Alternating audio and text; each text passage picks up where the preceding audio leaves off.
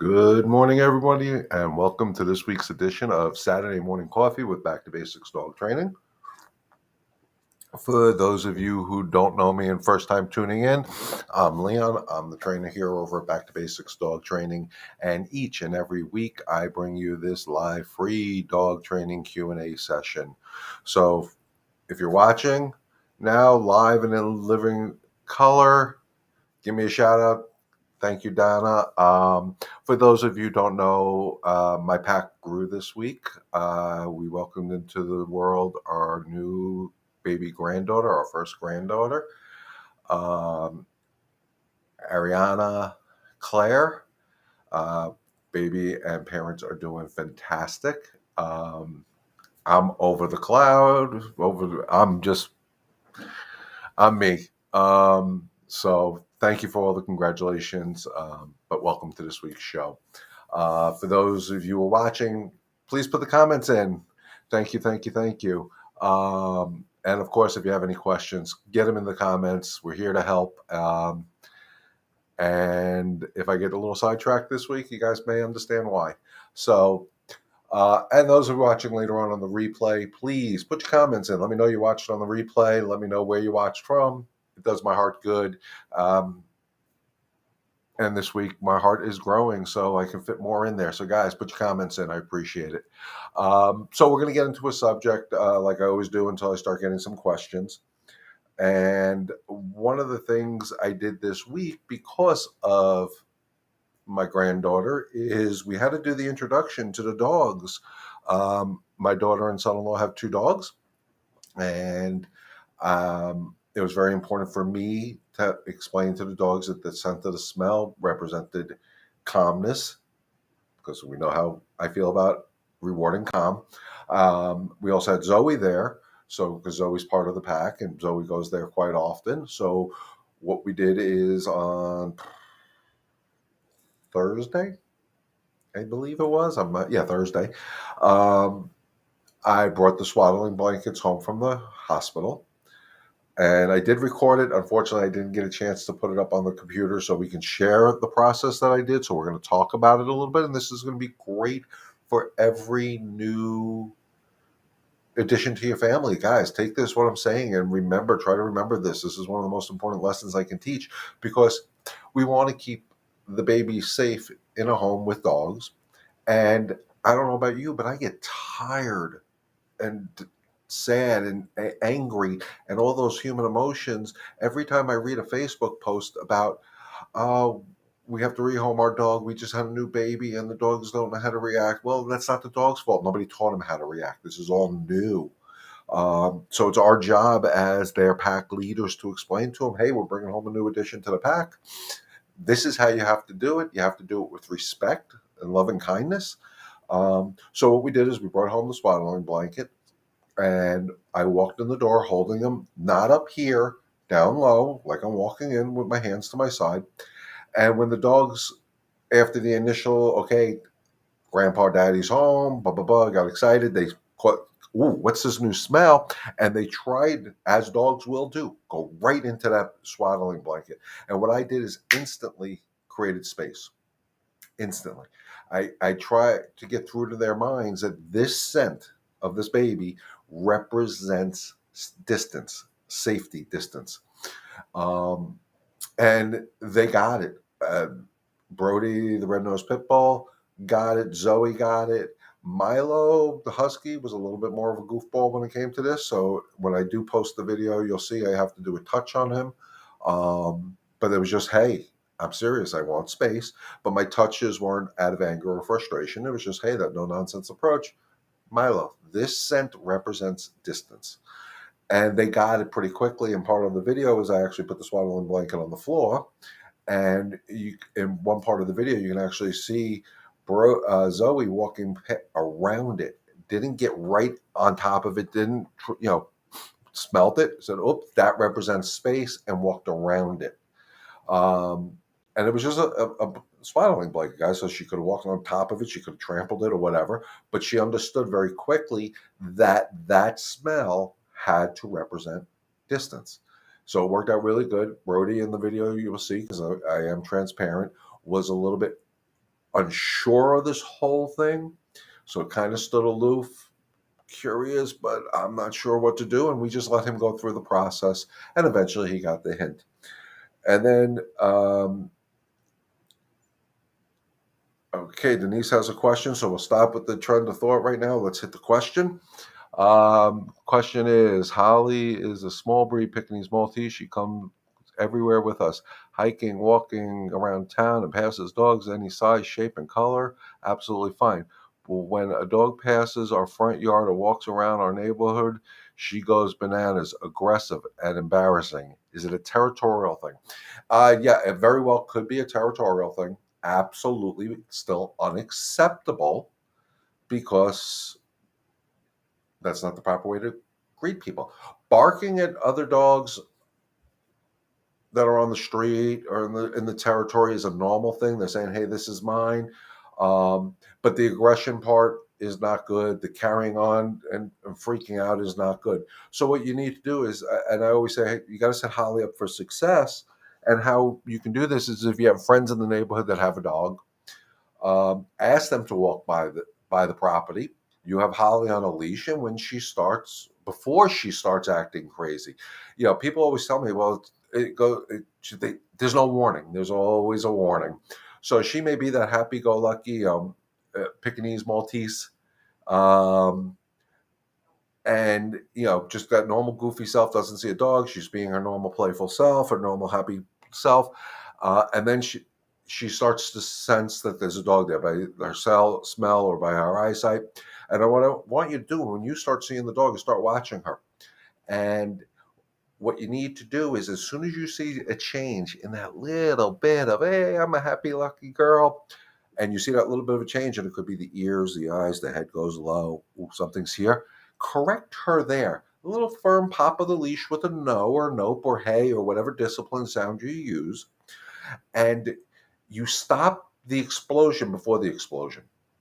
Because most times when we're dealing with situations like this, is the dog, we try to correct the dog when the dog's jacked up. And by that point, it's too late. It's too hard to correct him. And that's when it becomes embarrassing. And it also is, she thinks she's doing her job. She's protecting what she considers to be her territory, her pack. And it's unacceptable. So what you need to do is take the leadership role, keep her on a short leash. You see that change, make a correction, firm but fair, not out of anger, not out of frustration, not out of embarrassment, no nonsense. And you don't need to explain to her why you're saying no to her. You're just saying no because you don't want this behavior. And then what you have to do is get her back, keep her at a zero calm. Guys, this is hard, especially depending on how long the dog is, Holly's been exhibiting this behavior. It's hard because you got to basically, I always say, rewire the brain. But it can happen. The only thing I do warn people about when they're dealing with that type of reactivity is you're going to make your correction, and they may explode even if you try to catch them low, but you got to stay calm. The calmer you are, the calmer they are. And they may do what they call a redirection. I need to get at this dog, but I can't. Your leg is close. They may go for a nip on your leg. That is very, very common. So be aware of it, but don't be worried about it. Just move and then disagree again with the behavior. You're always going to go for that zero state of calm, and you're going to reward her when she's calm. So the scenario should look something similar to this. You're out in your yard. What is your come to home consulting fee? What I would say to do is, because this is definitely my free thing, and I don't really like discuss. I don't want to say like, that's not the right word. Why isn't this working? There it is. Here's my info. We could definitely chat about that on the side a little bit. Text me at that number, the 631-514-9128, or email me at info@backtobasics dog training. Remember, when you do the email, there it is. The S is in there in the Back to Basics dog training. But I do come to the home. I do free consulting, depending on where you are compared to where I live. Just to do a quick consultation to try to get you set up on an appointment. My training sessions vary depending on where you live as well.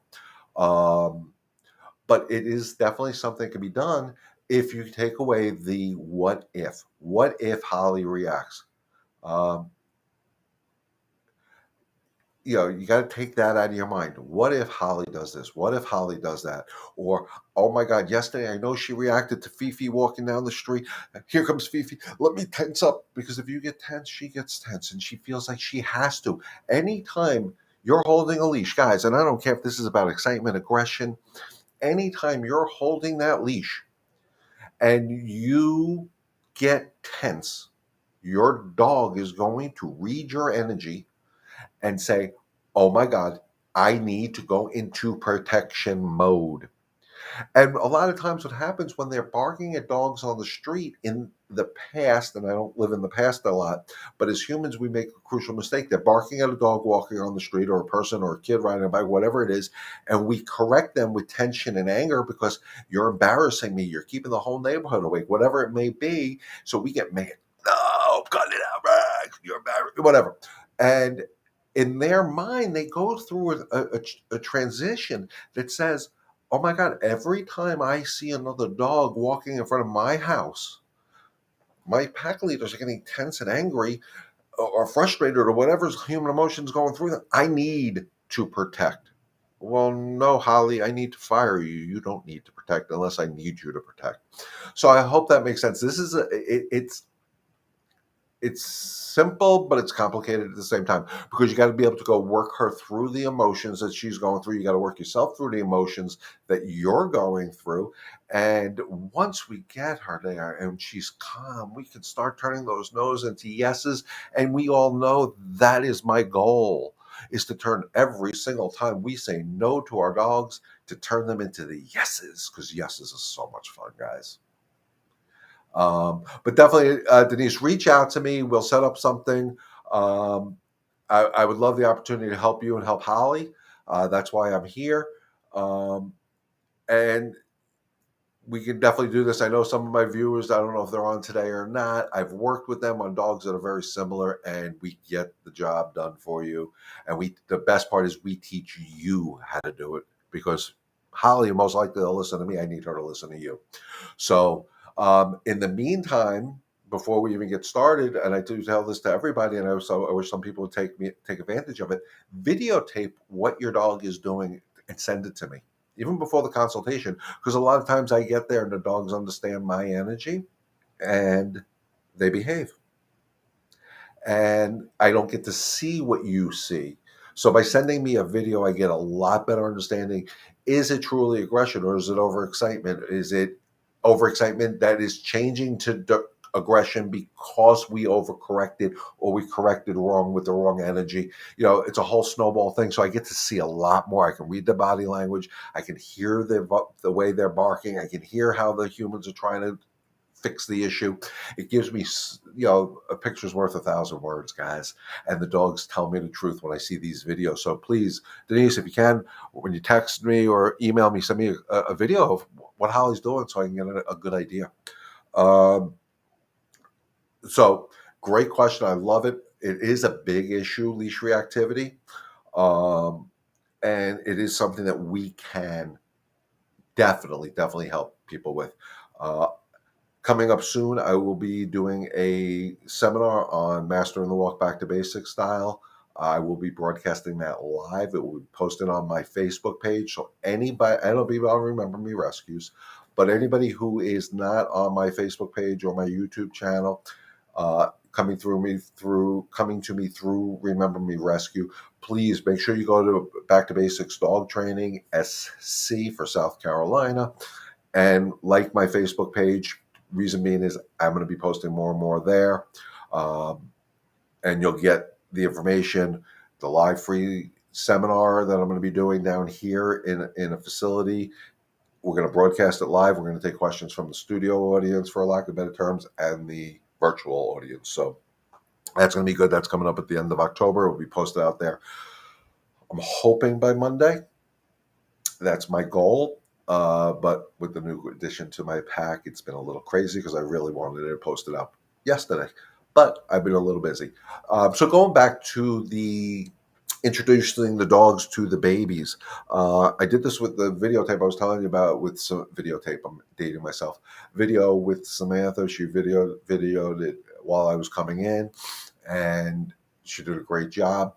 And then what we did is, my kids had a lifelike doll. We wrapped the doll in the swaddling blanket, and Samantha walked around with it. She sat on the floor with it, and she, as at that point the baby parent, controlled the environment. Because again, I don't need the dogs listening to me. I need the dogs listening to the human. They're humans. So she sat on the floor, and if the dogs got a little too close, she created the distance. So it was reinforcing that, hey, this baby is going to be on the floor, sitting on with us right now, because she can't be on the floor by herself. You still have to keep distance, even though normally you would sit on my lap when I sit on the floor. Well, not now. You can't. This is things I do want everybody to work on before a baby comes. And I am going to come up with a concept on quick videos to go over this process and put it out there, because I think this is a huge disconnect to expecting parents when they have their dogs or dog. And I think this will be a great service to people, and hopefully we'll keep dogs in houses after babies are born. That would be the goal. But then Samantha came up with a great idea, and I got to give her all the credit in the world for it, because I didn't think of it, but it is something now that's going to be ingrained in my mind. Is as she's sitting on the floor with this baby doll wrapped in a swaddling blanket, she took my phone, she went on YouTube, and she found sounds of babies crying. She put it on top of the baby so the dog couldn't see it was the phone. And now all saying the baby's crying while she's sitting on the floor, which is a whole new world. Oh my God, what's that noise? And Zoe and Brody, for the most part, lifted up their head. They were very curious about it, but they kind of understood their role. They've got to give space. Milo, the husky, heard the sound. It was like, ooh, playtime, yay, and got up and was excited. And Samantha controlled the situation. She did a phenomenal job. But that's something I didn't even think of, that, hey, hold the baby, make the sounds, because the sounds are real. And this is something they're going to have to learn with. And we need the sound of babies crying to represent calm, because it is. Again, we don't want the dog to get excited. That's one of the reasons why when I do my one-on-one sessions with people and I listen to them talk to their dogs, they're doing that baby talk, they're doing all that. So indirectly, we're creating the excitement for something we're not going to want later on in life. If you're young and you're ready to have kids, you don't want to have the baby talk, because that baby talk represents excitement, and excitement is the number one cause of dogs being returned to shelters. Guys, we can say whatever we want about dogs being, that I preach about rewarding calm and disagreeing with excitement. And people think sometimes that I go overboard with it. But then from what I experienced, and this isn't recent, but pre-pandemic, for lack of better terms, is that most of the dogs, I would say a good 80% of the dogs that were in shelters on Long Island when I was there, were there because they were overexcited. Not because they were aggressive, not because they were scared, not because of any other reason, but overexcitement, and people didn't know how to control it, because when they're puppies, we reward excitement. Well, stop rewarding the excitement, reward the calm. It makes so much sense, but you cannot reward the calm if your energy is not calm to begin with. So if you want your dogs to be calm, you need to start it. You need to start the process. So if I do have the privilege of working with Holly, and Holly shows me these unwanted behaviors, they're not bad behaviors, guys. They're unwanted because Holly just doesn't know a better way to do it. So to me, if she doesn't know a better way, it's not bad. It's unwanted. So it's my job to teach. If I'm working with Holly and she does do this reaction to another dog, I stay calm. I always say the higher they go on that excitement scale or aggression scale or whatever scale it is that scared scale, the higher they go, the lower I go with my energy to stay calmer and calmer and calmer. And they get it because they're getting positive energy feedback. It's not the verbal. The verbals mean nothing. It's the energy that does 99.9% of the communication with our dogs. That's why I always put this up here. Energy is the most important communication tool we have with our dogs. And when we do it right, they get it so much quicker. And the big thing I try to tell people is don't worry about the what ifs. You can't control the what ifs. So if you go there, what if my dog does this? What if my dog reacts this way? What if my dog bites this way? Whatever. You can actually create it because that's such a negative energy. And I always say, change the narrative. Change it. What if my dog bites another dog? Hey, my dog's not going to bite another dog. Your energy changes. It has to. It's like what I tell people all the time when we had Zoe as a puppy and she got parvo and I came home and everybody's like, oh my God, my poor baby almost died. My poor baby almost died. And I'm like, but she lived. And almost died, but lived are the same exact things, different energy. And that's what made the difference. Is if I felt bad for her that she almost died, I could not have helped her become the happy, balanced dog she is today. So it's just how you want to perceive things, and your energy is going to change all your dog's unwanted behaviors. Mastering the walk fixes 75 to 80% of most issues if you truly master the walk. But your energy is going to change 100% of the issues. If that makes sense, guys. It's so, so important that people understand that the calmer you are, the calmer your dog is. So, Michelle, I saw you were on How's Things Going with Athena Bergen. Bergen? Did I say it right? I don't even know. I'm kind of scatterbrained right now. Donna, how's things going with Stark? I am going to be finalizing, just for my customers up on Long Island, I'm going to be finalizing my trip up there hopefully this week, where I can start setting up a schedule to come visit you. It'll be the first 2 weeks of October.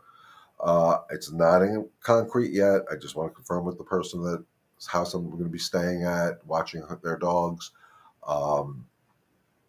It's a definite. Once they confirm it with me, hello, Jill. How's things with Archie? And I forgot the puppy's name. That was so bad. I'm sorry. My brain is scattered a little bit this week. So, how's things going with the puppy? I'm still waiting for the video of the toy reactivity that you promised me, Jill. Anna.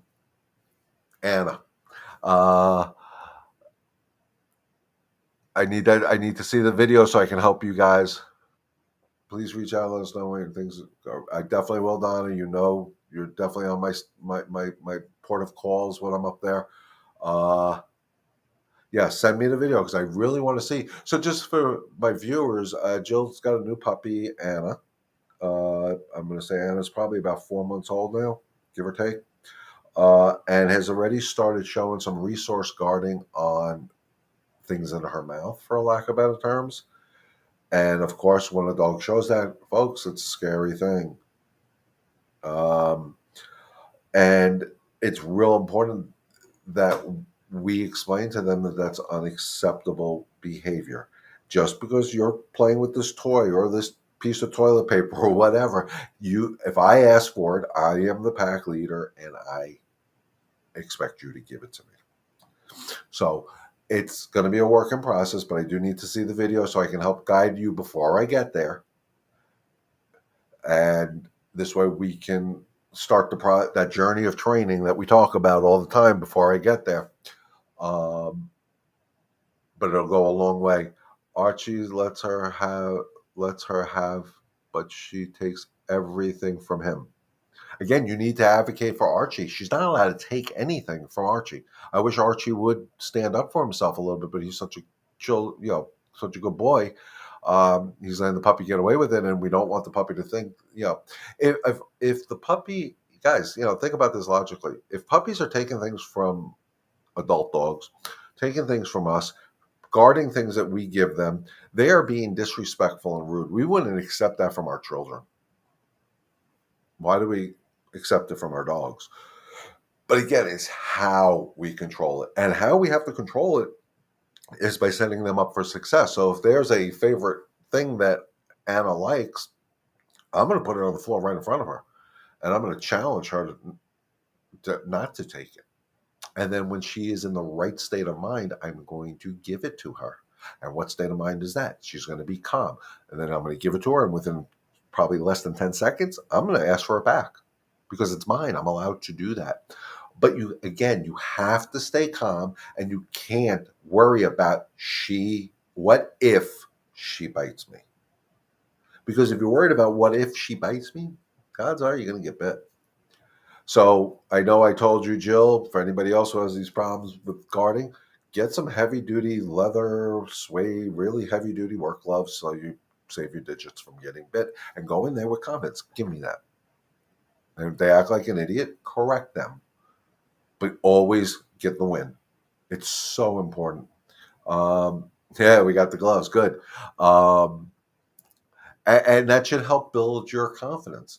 The gloves are a tool that can help build your confidence. The same way I say muzzles are a tool that help build the human confidence. They're not for the dogs. Muzzles are tools for humans. It just changes our perspective. If I have a dog on a muzzle that we know is a known biter, well, with the muzzle on, you can't bite. My energy changes. It has to. Um, and as far as any of the noises they make, the embarrassing part, we have to let that go.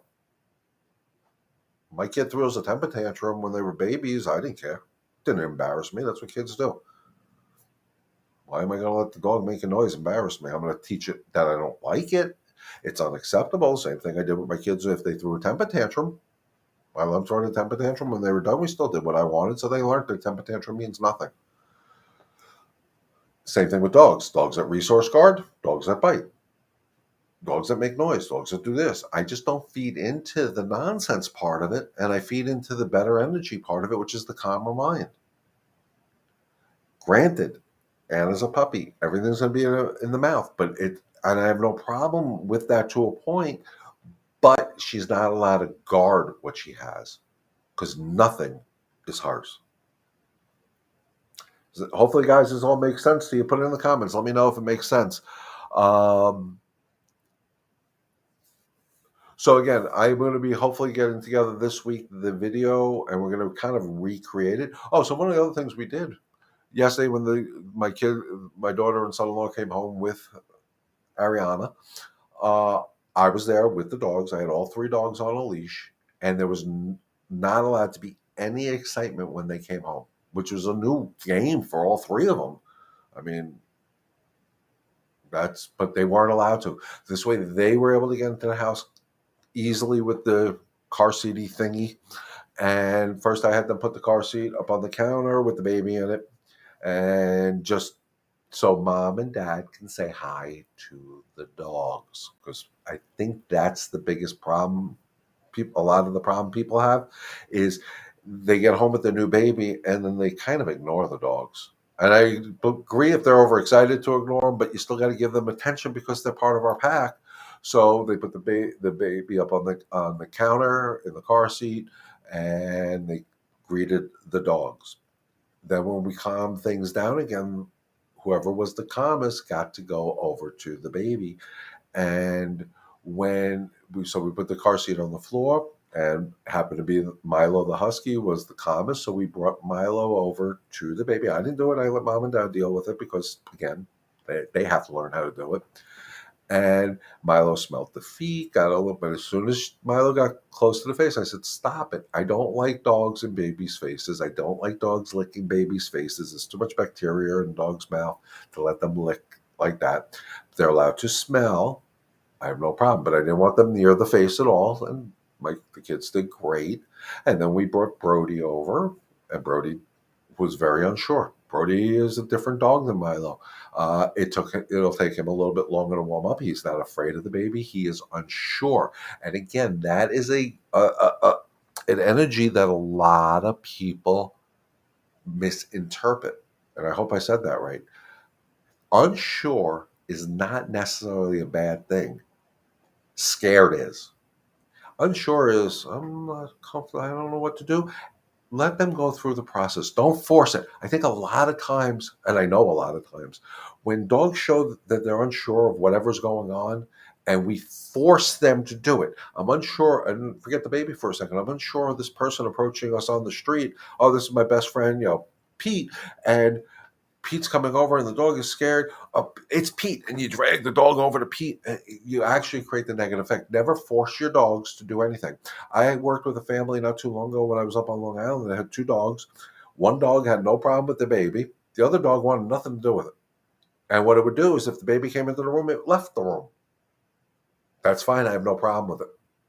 And the mistake they could have made, thank God they didn't, is drag the dog back into the room with the baby and say, "You're gonna get along with this," blah blah blah. No, dog's telling you, I'm not comfortable. Let it figure itself out on its own. Don't force the issue. It creates such a negative thing, guys. So, with that being said, after Brody, and he stayed there for a little bit. Then we brought Zoe over, and Zoe really wanted. She smelled the baby, and then she was like, "Okay, I'm cool with it." And she'd rather have the attention from my daughter because she loves my daughter to death. That was what she wanted, and it was overdone. Then we put the baby, did what everything does, and baby made noise. Milo got excited. We corrected, and it ends up everybody. There's a picture somewhere. I don't know if we posted it or not. My wife may have, with me holding the baby and Zoe right there, and lo and behold, Zoe was fine, sniffed it a little bit, and said, "Okay, there's a new member of my pack. I'm happy." So that was my excited week, guys, and I hope some of the training tips that I've given to Denise and Jill and anybody else who has are going to help. Um, Hopefully, today's information was really, really good for you. If you are in that part of your life where you're having a baby, or you're having your kids are having babies and grandchildren are coming, I am going to sit down and write up and eventually videotape a whole process of how to start this process, this journey. We have a new pack member coming in. Let's get the dogs used to it before the baby's born. So that should be so vital. If anybody's good with social media marketing and knows the hashtags that I should use when I publish this stuff, please let me know, because I'm not good with these hashtaggy thingies. You can always let me know at 631-514-9128. That's my cell. Text me, or email me at info@backtobasicsdogtraining.com. So with that being said, guys, if there's no other questions, we're going to wrap it up. We're about the half-hour mark. We're going to wrap it up for the week. I will be live, of course, next Saturday morning at 11 o'clock Eastern Time. The day of my actual travel, if once I confirm that first Saturday of October, I may be doing this a little later in the day because I'm going to be traveling, but I'm still going to try to post it out there and do this once I get there. We get settled in a little bit, but look forward to more exciting things. Remember, if you're not part of my Facebook group, if you're on Remember Me Rescues Facebook group, please go to Back to Basics Dog Training SC. Like my page, follow me, whatever it's called, because I am going to be posting out about a free seminar that I'm going to broadcast live. I got to figure out all the technical crap on it, but we'll figure it out. And that's going to be real exciting. It's going to be 2 hours probably of me talking about what I talk about every week, mastering the walk back to basic style. I am so excited to be doing this. It's going to be phenomenal. With that being said, guys, as always, stay healthy, stay safe, God bless, and remember, together we can help one dog and one family at a time. Enjoy the rest of your weekend, guys, and we'll see you next Saturday.